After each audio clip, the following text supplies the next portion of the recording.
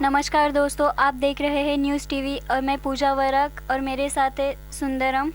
आज हमारे साथ है मिस्टर टोनी सर जो कि न्यूज़ टीवी के हेड भी है और चेयरमैन ऑफ एनजीओ। और आज का हमारा सब्जेक्ट है इंडियन पॉलिटिक्स। तो आज हम टोनी सर के साथ इंडियन पॉलिटिक्स के बारे में कुछ डिस्कस भी करना चाहते हैं और उन पे कुछ सवालों की बौछार भी करना चाहते हैं। तो सर, क्या आप हमारे सवाल झेलने के लिए तैयार है? ये तो तब पता चलेगा ना कितने टफ क्वेश्चंस तुम मुझसे पूछ रही हो। दूसरा ये है कि आपको अपनी आवाज़ थोड़ी सी लाउड रखनी पड़ेगी, क्योंकि आसपास में कहीं मुझे लगता है स्ट्रक्चरल काम चल रहा है, तो हथौड़े की आवाज़ आ रही है। हथौड़े से ज़्यादा आपकी आवाज़ होनी चाहिए। I am ready with the answers. Bombard me with the questions. तो सर, मेरा सबसे पहला सवाल आपसे ये है कि आजकल हम कहीं पे भी जाते हैं तो हमें पॉलिटिक्स हर जगह पे देखने को मिलता ही है, चाहे वो छोटी जगह हो या बड़ी जगह हो। फिर वो हम छोटे से घर से लेके मिनिस्ट्री तक भी जा सकते हैं। तो आपके हिसाब से एग्जैक्टली पॉलिटिक्स क्या है, और पॉलिटिक्स है भी तो उसमें दो पार्ट्स है क्या, एक गुड पॉलिटिक्स और एक बैड पॉलिटिक्स?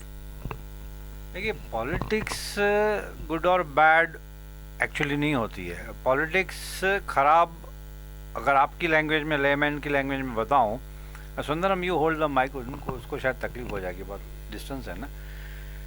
पॉलिटिक्स पहले जो थी ना, that vas deferens of opinion. For example, ruling party ने कुछ किया तो अपोजिशन पार्टी का डिफरेंस ऑफ ओपिनियन हुआ करता था। आज की पॉलिटिक्स में पर्सनल अटैक्स बहुत ज़्यादा हो रहे हैं, जो गलत है।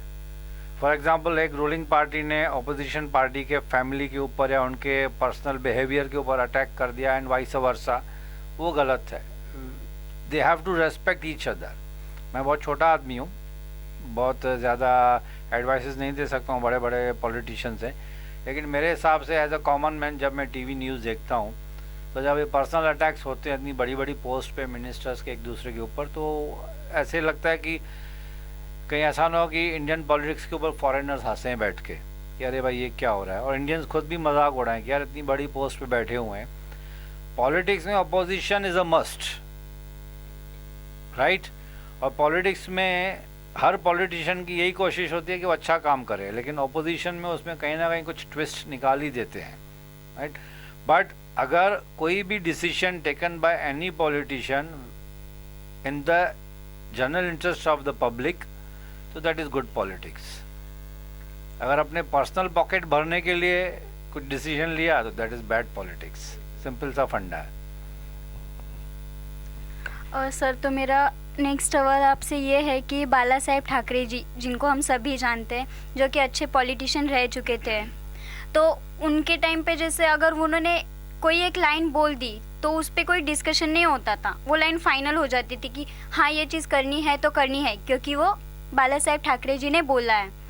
तो अभी उनके बाद उद्धव ठाकरे जी शिवसेना लीड कर रहे हैं, तो क्या आज की टाइम पीरियड में भी जैसे पहले होता था उतना ही शिवसेना का आज की जनरेशन में वजन है क्या, मतलब ये पॉलिटिकल पार्टी का? आपको लगता है ऐसे कि आज भी वही, मतलब जो चल रहा है वही सही चल रहा है शिवसेना के अंदर? देखिए, बाला साहब ठाकरे ने शिवसेना पार्टी स्टार्ट की थी मेरे ख्याल से 1969 में। I have to correct the exact year. अब 1969 से जब बाला साहब ठाकरे ने ये शिवसेना पार्टी स्टार्ट की थी to protect Marathi culture, Marathi language, entire Marathi community, बहुत अच्छा स्टेप था। महाराष्ट्र में मराठी इनबिल्ट है। महाराष्ट्र मतलब मराठी, बाकी के लोग भी हैं, उनको भी मराठी सीखनी चाहिए, मराठी कल्चर को अडॉप्ट करना चाहिए। आके रहें सब लोग। महाराष्ट्र में कॉस्मोपॉलिटन बहुत हो चुका है, तो कभी शिवसेना ने या किसी बाला साहब ठाकरे ने या उद्धव ठाकरे ने कभी ऐसे नहीं बोला कि हम बाहर के लोगों को अलाउ नहीं करेंगे। बाहर के लोग आके यहाँ के कल्चर को अगर क्रिटिसाइज़ करें या कुछ गलत बोलें तो बड़ नेचुरल गुस्सा सबको आएगा। तो उसमें हाँ, देखिए, उद्धव ठाकरे साहब ने पार्टी की कमांड ली है हार्डली अभी मेरे ख्याल से 8 या 10 साल पहले, राइट। बाला साहब जब जिंदा थे तो बाला साहब मतलब शेर माने जाते थे, उनका सिंबल ही शेर था। और जब भी आपने बोला कि बाला साहब ने एक बार जो बोल दिया तो बोल दिया, और इंटरव्यू में मैं खुद बाला साहब का बड़ा फ़ैन रह चुका हूँ, रेस्पेक्टिव ऑफ पॉलिटिक्स, उनके बोलने की स्टाइल, बात करने, और वो वो इंसान के मैंने सब इंटरव्यूज देखे हैं, जब बोलते थे तो दिल से बोलते थे, फेक नहीं था। मतलब अभी आपकी अदालत में उनके 2-3 इंटरव्यूज देखो आप, you will fall in love with the great personality called mister Bala Saheb Thackeray. अब उद्धव ठाकरे को हार्डली कमांड लिए 8 या 10 साल हुए हैं। जब बाला साहब जिंदा थे, आई थिंक बाला साहब की डेथ हुई थी 2012 में, नवंबर के 2012 में। इसके पहले जब वो बीमार थे तो उस टाइम पे ही उन्होंने कमांड उद्धव ठाकरे को दे दी थी। तो आप इमेजिन कीजिए कि बाला साहब ने 40-50 साल अपने पार्टी के ऊपर कमांड रखी, उद्धव ठाकरे को अभी और वक्त दो, है ना।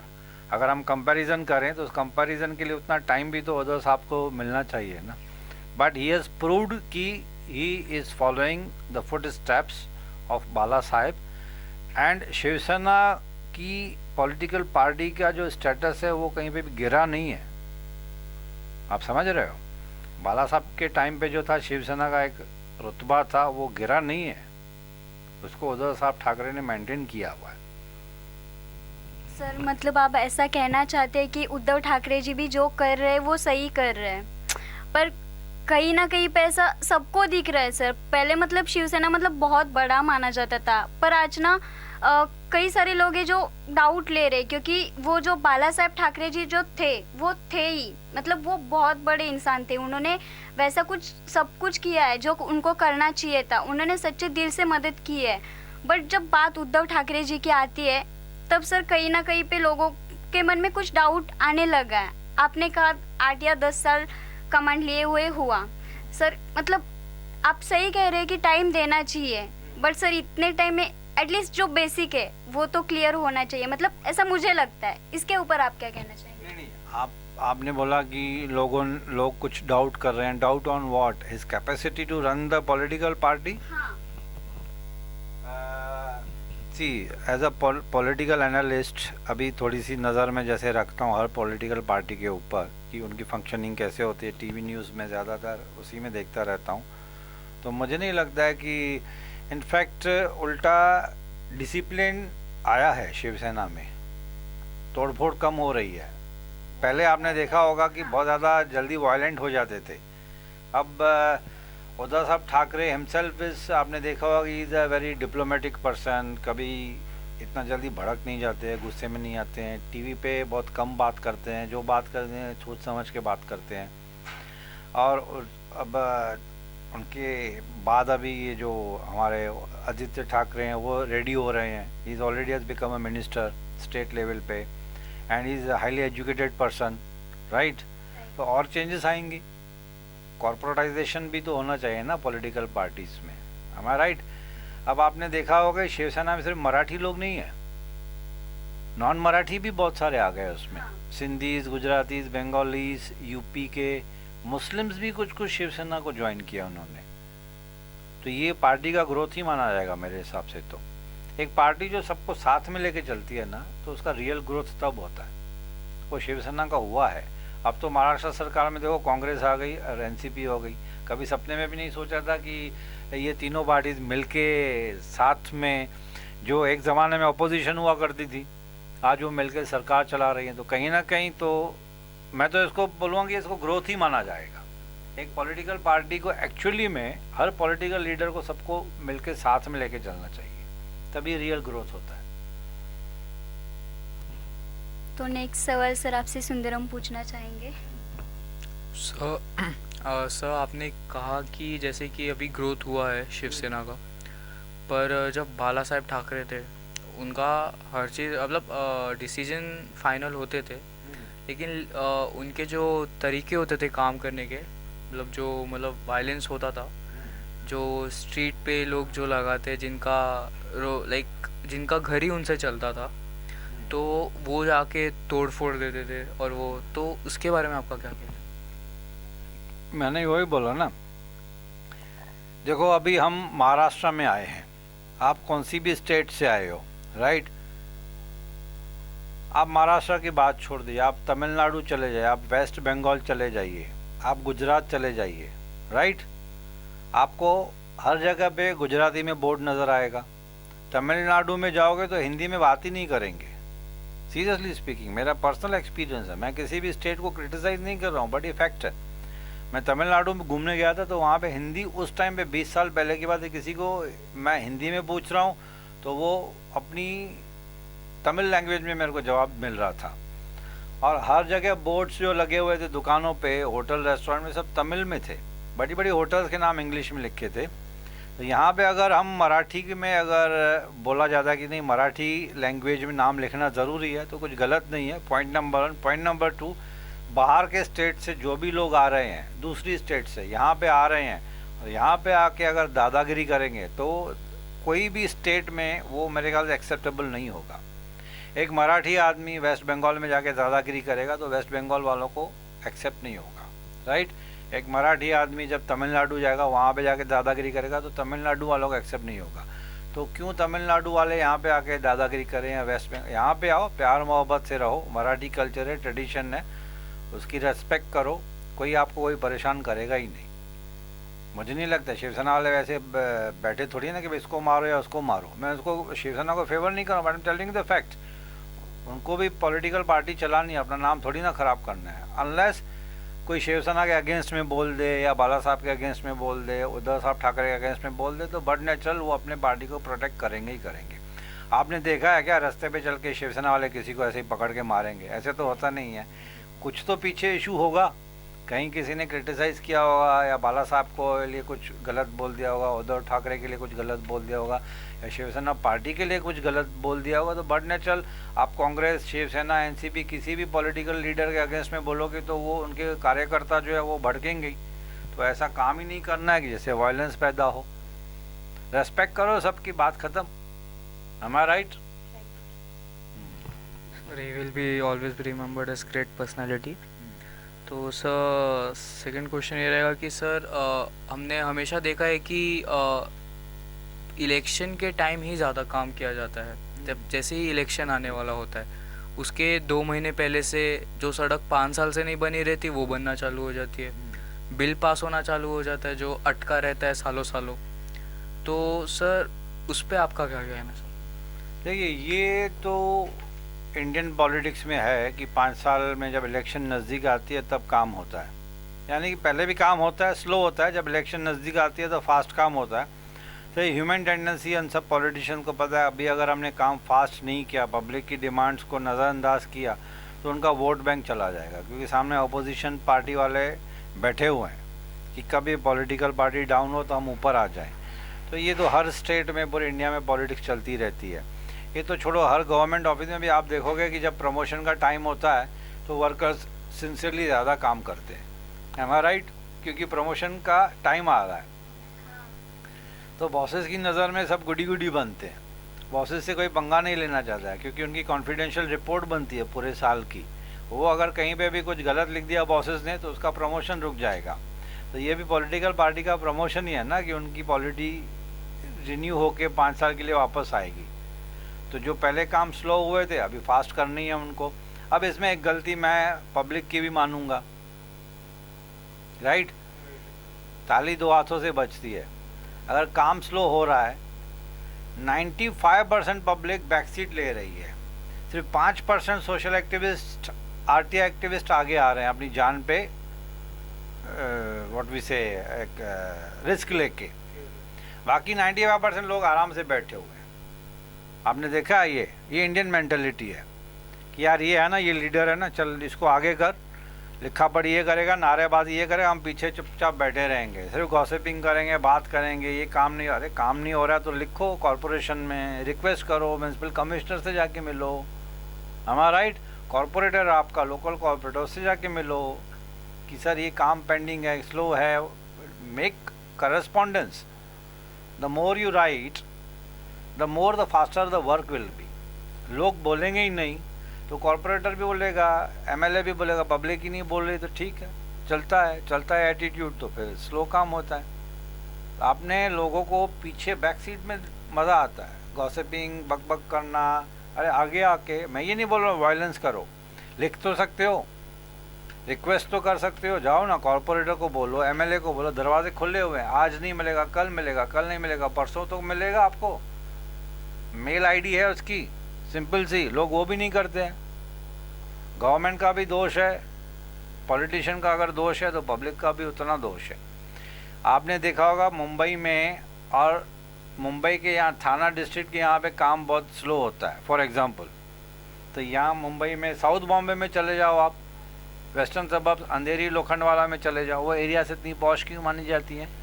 क्योंकि वहाँ पे लोग करस्पॉन्डेंस लिखा पढ़ी बहुत करते हैं।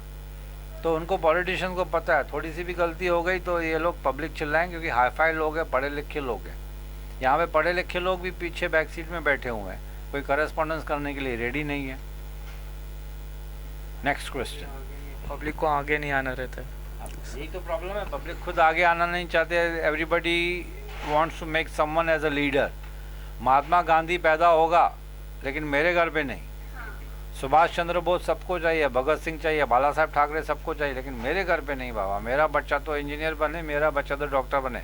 कौन इस लोचे लफड़े में पड़ेगा?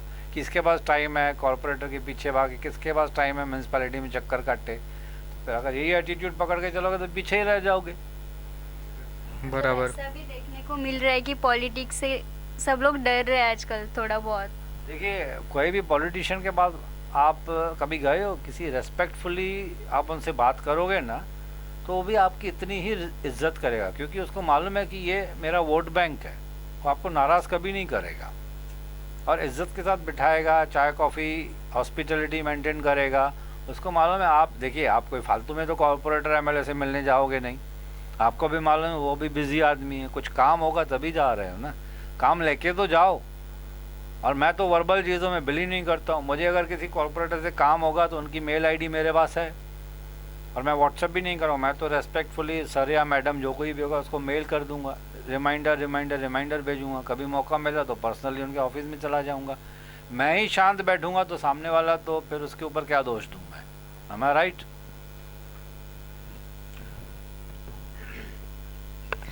तो सर मेरा नेक्स्ट सवाल आपसे, मतलब अभी इंडियन पॉलिटिक्स से थोड़ा साइड में आके हम लोग इकोनॉमी पे बात कर लेते हैं। तो इकोनॉमी का अगर आप देखेंगे तो मतलब जब कांग्रेस थी रूलिंग पार्टी में तब डेवलपमेंट में तो हो रहा था, बट ऐसे कि होकर भी ना के बराबर था, या फिर ऐसे बहुत धीरे धीरे हो रहा था। उसके बाद बीजेपी रूलिंग पार्टी में आया तो वहाँ पर भी डेवलपमेंट हुआ, डेवलपमेंट का कोई डाउट नहीं है, डेवलपमेंट तो जैसे होना था वैसे हो गया, पर इसकी वजह से ना इकोनॉमी बहुत नीचे गई। तो इसके बारे में आप क्या कहना चाहेंगे? देखिए, मैंने बहुत R&D की इसके टाइम पे, कि जब कांग्रेस के टाइम पे जब डेवलपमेंट हो रही थी तो ऐसा नहीं है कि सिर्फ बीजेपी के टाइम पे डेवलपमेंट हो रही है। मैं दोनों पार्टीज़ की रेस्पेक्ट करता हूँ, कांग्रेस की भी और बीजेपी की भी। बीजेपी में भी बहुत बड़े बड़े प्रोजेक्ट्स अभी स्टार्ट हुए हैं। आप ध्यान से टीवी न्यूज़ देखोगे ना डेली, तो हर स्टेट में अब इलेक्शन का टाइम है या ये है, उसको थोड़ा सा एंगल को अगर साइड में रखें, पब्लिक के फ़ायदे के लिए बहुत सारे बड़े बड़े प्रोजेक्ट्स आ रहे हैं। एयरपोर्ट्स बन रहे हैं, रेलवे स्टेशन बन रही हैं, नौकरियां जो है ऑनलाइन होने की वजह से कॉरपोरेट ऑफिसेस और सिटीज़, स्मार्ट सिटीज़ बन रही हैं। लेकिन कांग्रेस के टाइम पे अभी काम हुए थे, बट अनफॉर्चुनेटली उस टाइम पे सोशल मीडिया नहीं था, राइट? व्हाट्सएप नहीं था, मुश्किल से एक दूरदर्शन चैनल ही था, और कांग्रेस ने ज़्यादा पब्लिसिटी के ऊपर ध्यान नहीं दिया था। लेकिन लिबरलाइजेशन, प्राइवेटाइजेशन, कंप्यूटराइजेशन ये कांग्रेस के टाइम पे हुआ था, राइट? तो कांग्रेस ने काम किए थे। 140 साल पुरानी पार्टी है मेरे ख्याल से, राइट? तो उस टाइम पे कांग्रेस ने काम नहीं किया है, ये बोलना गलत है। नहीं, हम ऐसा नहीं बोल नहीं, आपको नहीं बोल रहा, हाँ। मैं दूसरी जनरल पब्लिक या कोई भी बीजेपी या कांग्रेस या जो आपस में लड़ते रहते हैं ना, हर पार्टी काम करती है, क्योंकि उनको भी 5 साल के बाद वापस वोट मांगने जब जाते हैं तो वो अपना काम दिखाते हैं। सर मैं आपको बीच में रोक रही हूँ, क्योंकि आपने जैसे कहा कि अभी इलेक्शन टाइम चल रहा है तो प्रोजेक्ट स्टार्ट्स हो रहे हैं एंड ऑल, ठीक है, हम ये बात पे एग्री करते हैं। पर ना मतलब मैंने खुद ऐसा नोटिस किया है कि जब भी इलेक्शंस आते हैं ना, जैसे इसने सुंदरम ने कहा कि इलेक्शन टाइमिंग में ये सब काम निकल जाते हैं क्या, क्योंकि इलेक्शन के नज़दीक आने पर ये सब दिखता है क्या? तो सर इलेक्शन के पीरियड में ना वो लोग पॉलिटिशियन पार्टी में कोई भी स्पेसिफिक नाम नहीं लूँगी, पर कोई भी पॉलिटिकल पार्टीज़ ने ऐसे पूरे जो गरीब से गरीब होगा उसके घर में जाएंगे, पैसे देंगे और शराब भी देते ही है, खाना पीना तो होता ही है, वो देते हैं, हमने खुद देखा है। तो ये ठीक है, आप लोग अपनी पब्लिसिटी, अपनी वोट के लिए ये सब करो, पर सच में जब कभी भी ज़रूरत होती है तो आप इतनी इम्पोर्टेंस क्यों नहीं देते हो पब्लिक को? क्योंकि वोट लेना तो वोट आपको चाहिए, जितनी हमें ज़रूरत है, पब्लिक को ज़रूरत है, उतनी आपको भी ज़रूरत है। हमारे अकेले के ऊपर कुछ नहीं है। उल्टा पब्लिक के पास इतनी पावर होती है कि वो अपना वोट जिसे चाहिए उसे दे सकते हैं। फिर भी ये मतलब सर, ये मेरे ख्याल से तो ये थोड़ा फार झूठ ऐसा ही होता है। तो इसके बारे में मतलब आप क्या कहना चाहेंगे? क्योंकि ये हमने खुद देखा है, ऐसे होता है। वही तो मैंने अपने पिछले जवाब में आई क्लैरिफाइड इट ना, कि जब इलेक्शन आती है तो काम फास्ट होता है। हाँ। 1 लाइन में बोलेंगे अगर, राइट। बाकी के 5 साल काम होता है लेकिन स्लो होता है। क्वेश्चन ये है, राइट, आप पीछे पड़ो, किसने रोका? काम फास्ट करवाओ। वही तो बोल रहा हूँ, पब्लिक खुद सोई रहती है। मेरी एरिया में आके आप देखो, सेक्टर 17 वाशी में इतना ब्यूटीफुल बना के रखा है, हमको बोलने की ज़रूरत ही नहीं पड़ती है। ऐसे बहुत सारे एरियाज़ हैं। हम तो वाशी में रहते हैं ना अभी, नवी मुंबई में। Navi Mumbai comparatively is very beautiful, right. Hygiene maintain किया हुआ है, साफ़ सफाई है, रोड्स बड़े हैं, खुले खुले हैं, मोटर ट्रैफिक रूल्स फॉलो होता है, सब कुछ होता है। आप और आगे चले जाओगे ना, यहाँ पे थाना, कल्याण, डोंबिवली, वहाँ पे अभी भी बहुत गंदगी है, अनफॉर्चुनेटली। ऐसा नहीं है कि वहाँ के लोग बेचारे टैक्स नहीं पे करते हैं, वहाँ के लोग भी टैक्स पे करते हैं, लेकिन लोगों को में वो जागरूकता आनी अभी बाकी है। ये साइड में अच्छा, हमसे एरिया फिर आप चले जाओ मलबार, हिल, कफ, परेड, कोलाबा, तो हमसे भी ज़्यादा साफ़ सफाई और पॉश एरिया मानी जाती है, क्योंकि वहाँ पे हाईली लिटरेट लोग बैठे हुए हैं। पॉलिटिशियन को भी मालूम है कि इनसे कंप्लेंट्स आई तो फिर प्रॉब्लम हो जाएगा, क्योंकि वो लोग अपनी नॉलेज को यूज़ करते हैं। हम सोए हुए हैं, अपने नॉलेज को यूज़ नहीं करते। ऐसा नहीं है कि नवी मुंबई में या थाना में, उल्लासनगर, कल्याण, डोंबिवली में या मीरा रोड या भाईंदर में वकील लोग नहीं हैं, लेकिन सब बोलते छोड़ यार मैं क्या करूं। तो ये जो चलता है एटीट्यूड है ना, उसकी वजह से काम स्लो हो रहे हैं। आपको पता है कॉरपोरेटर फंड में ऐसे ही पड़े रहते हैं पैसे। हर कॉरपोरेटर का एक फंड होता है, हर एमएलए का एक फंड पास होता है, उसमें से उनको यूज़ करना है। नाले नालियाँ बनाना है, गार्डन बनाने हैं, स्ट्रीट लाइट्स लगानी है। अरे पब्लिक पीछे तो बढ़ो। आप एग्जाम्पल में आपको प्रैक्टिकली देखना है ना, एक लेटर आप बनाओ और आप अपने एरिया में जहाँ पे आप रहते हो 100 लोगों के पास साइन लेने जाओ, हार्डली 10 लोग साइन करेंगे। मैं आपको लिख के देता हूँ, अरे यार ये क्यों पंगा ले रही हो, कॉर्पोरेटर को लेटर लिखा है, क्या लिखा है इसमें, क्यों लिखा है, अच्छा मैं साइन करूँ, सोचूंगा, देखूंगा। लोग साइन भी नहीं करेंगे। आपने तो रिक्वेस्ट लेटर बनाया ना, आप कॉर्पोरेटर के ऊपर या एमएलए के ऊपर इल्ज़ाम नहीं लगा रहे, आप तो रिक्वेस्ट लेटर बना के जा रहे हो, वो उसको लोग साइन नहीं करेंगे। तो सब ब्लेम पॉलिटिशियंस को देना भी गलत है। मेरे साथ नाइंसाफ़ी हो रही है, मुझे लगता है कि मेरे घर के बाहर कचरा है, रोड ख़राब है, तो मैं बिंदास मेल कर दूंगा और मैं किसी की साइन भी नहीं लूँगा। साइन लेने का मतलब क्या है?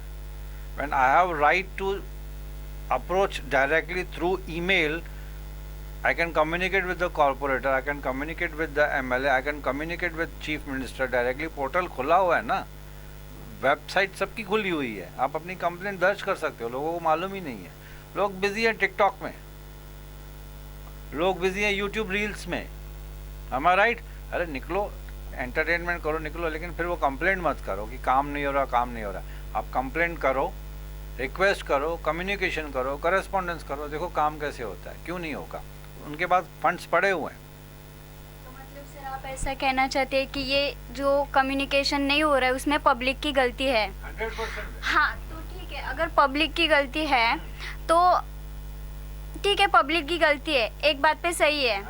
पर ऐसा भी तो होना चाहिए ना सर, ठीक है पब्लिक सपोर्ट नहीं कर रही है तो पॉलिटिशियन पार्टीज़ है तो वोट के इलेक्शन के चक्कर में सर वो रास्ते पे उतरते हैं वोट मांगने के लिए कि, तो क्या मतलब उनको ये उनकी जिम्मेदारी नहीं है कि ठीक है अपनी हमारी पब्लिक है, हमारी सिटी है, तो हमें कुछ आगे बढ़कर हमें उनको कुछ करना चाहिए, हमें उनको नींद से जगाना चाहिए कि ये ऐसा होना चाहिए।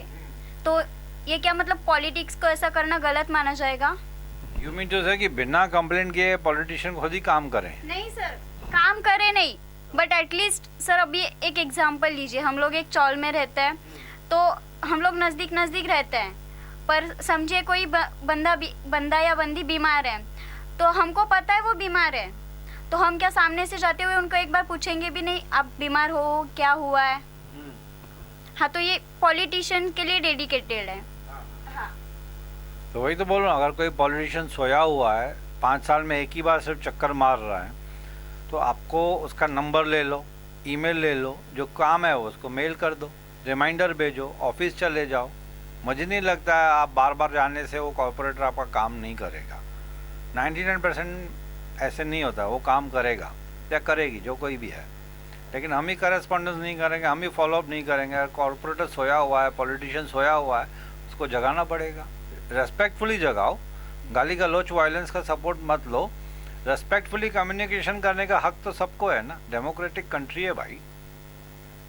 हम ही सोए रहेंगे तो वो बोलेंगे यार पब्लिक ही सोई है तो हम क्या करें? नहीं सर, उनकी ड्यूटी है काम करना, नहीं करता तो जगाओ, रोका किसने है? सर हम हमेशा पॉलिटिक्स बोला तो हम लोग हमेशा ये नेता लोगों की गलती ढूंढते रहते। पब्लिक की भी गलती है, दो ताली एक हाथ से नहीं बजती है। तो मेरा नेक्स्ट क्वेश्चन रहेगा सर, थोड़ा साइड हट के। सर दिसंबर 20 को लाइक अभी 4 दिन पहले ही एक बिल पास हुआ जिसमें लिखा था कि लाइक लोकसभा से कि हम लोग को हमारा आधार कार्ड लिंक करवाना पड़ेगा वोटर्स आईडी से, जो कि अपोजिशन पार्टी बहुत लाइक वो अपोज कर रही थी ये चीज़ को, पर ये अभी मैंडेटरी नहीं किया है। तो इस पे आपका क्या कहना है? देखिए, आधार कार्ड लिंक वाली बातें ना बहुत सालों से चल रही है।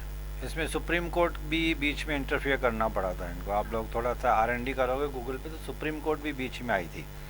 अब काफ़ी लोगों का कहना है कि आधार कार्ड को अगर वोटर कार्ड से लिंक कर दोगे तो आधार कार्ड नकली बनते। देखा आपने, काफ़ी आधार कार्ड नकली बनते हैं, ये फैक्ट है। जब पासपोर्ट नकली बन सकते तो आधार कार्ड बनाने में कितना टाइम लगेगा, right?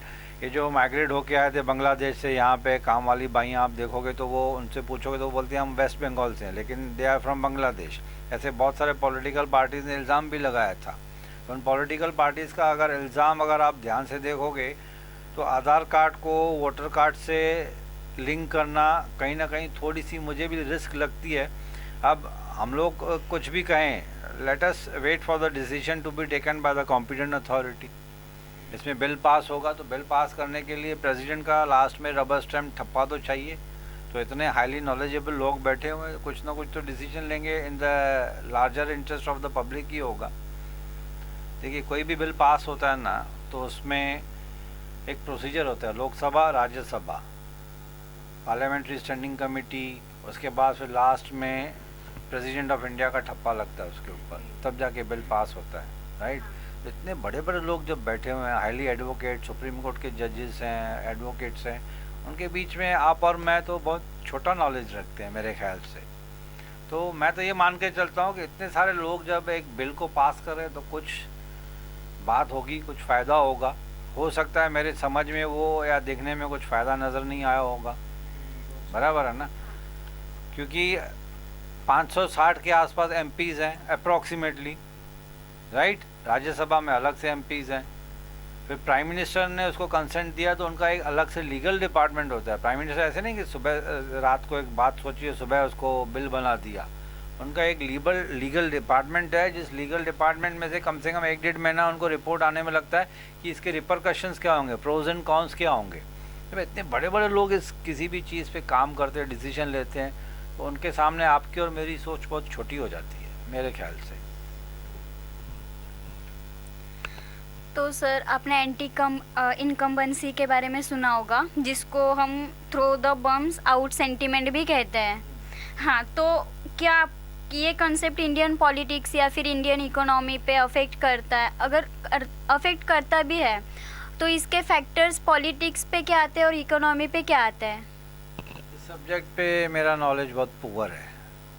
I will say no comments because I don't have knowledge on this. But sir, any idea about this? I cannot comment unless I have done research and development on any subject. या knowledge ही नहीं तो उसके बारे में मैं क्या बात करूं? तो सर मेरा नेक्स्ट सवाल आपसे ये है कि आपने कंगना रनावत के साथ जो भी पॉलिटिकल इशू हुए थे अभी बीच में उसके बारे में सुना होगा, हाँ, तो उसके बारे में आप कुछ कहना चाहेंगे? नहीं, क्या कहूँ, she is a very good actress. हाँ सर, वो एक्ट्रेस बहुत अच्छी थी, बट बीच में उन्होंने पॉलिटिक्स में इन्वॉल्व हुआ था,